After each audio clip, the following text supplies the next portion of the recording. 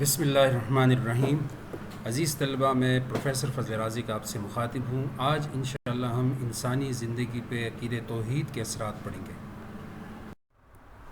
عزیز طلبہ، آج کے ٹاپک میں ہم 3 ہیڈنگ سے انشاءاللہ رابطہ رکھیں گے۔ سب سے پہلے انسانی زندگی پر عقید توحید کے اثرات سے ہم مختصر وضاحت کریں گے۔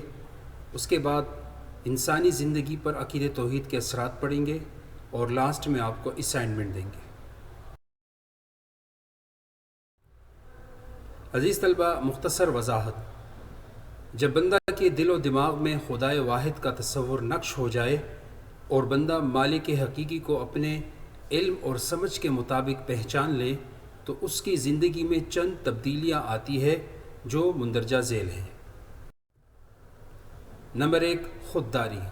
خودداری کا مطلب ہے خود اعتمادی۔ عقید توحید کا چاہنے والا، اسے یقین ہوتا ہے کہ ساری کی ساری طاقت میرے رب کے پاس ہے، لہٰذا وہ دوسروں سے کوئی اثر نہیں لیتا۔ اس کا دل صرف اپنے رب کے ساتھ جڑا ہوتا ہے، جس کی وجہ سے اس کے اندر خودداری پیدا ہوتی ہے۔ نمبر 2، انکسار، عاجزی۔ عقیدہ توحید کا پرستار جو ہوتا ہے اس کے اندر تکبر نہیں ہوتا۔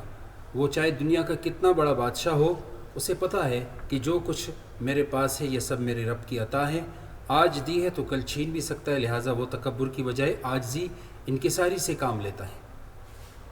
اسی طرح وسعت نظر۔ وسعت نظر کا مطلب ہے وسیع نظر۔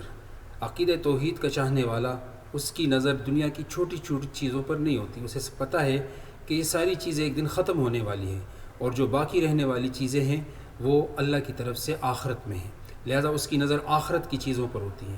دنیا میں اگر کوئی اس کا حق دے یا نہ دے، دنیا میں کوئی اس پر زیادتی کریں، اس پر ظلم کریں، تو وہ دنیا کی چھوٹی چھوٹی چیزوں کے لیے لڑتا جھگڑتا نہیں، وہ صبر سے کام لیتا ہے، کیونکہ اس کی ساری توجہ اور نظر آخرت کی چیزوں پر ہوتی ہے کہ ضرور مجھے ایک نہ ایک دن اللہ تعالیٰ اس کا بہترین بدلہ دیں گے، چنانچہ اس کی نظر وسیع ہوتی ہے۔ ایسے ہی استقامت و بہادری۔ عقید توحید کا چاہنے والا جو ہوتا ہے وہ بزدل نہیں ہوتا، وہ ثابت قدمی سے کام لیتا ہے۔ جس کام کو شروع کرتا ہے تو آخر تک اس کو پہنچاتا ہے، اور جب تک کام ختم نہیں ہوتا اس وقت تک وہ بڑی دلیر اور بہادری سے اس کام کو انجام دیتا ہے۔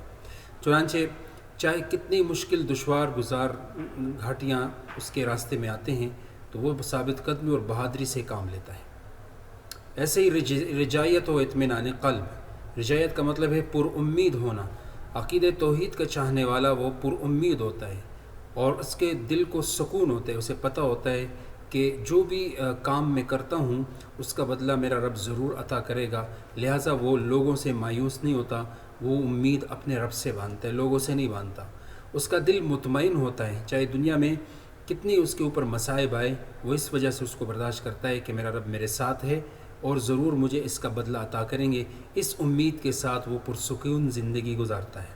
پرہیزگاری۔ عقید توحید کا چاہنے والا پرہیزگار ہوتا ہے۔ پرہیزگاری کا مطلب ہے ہر چھوٹی بڑی نیکی کرنا، ہر چھوٹے بڑے گناہ سے بچنا۔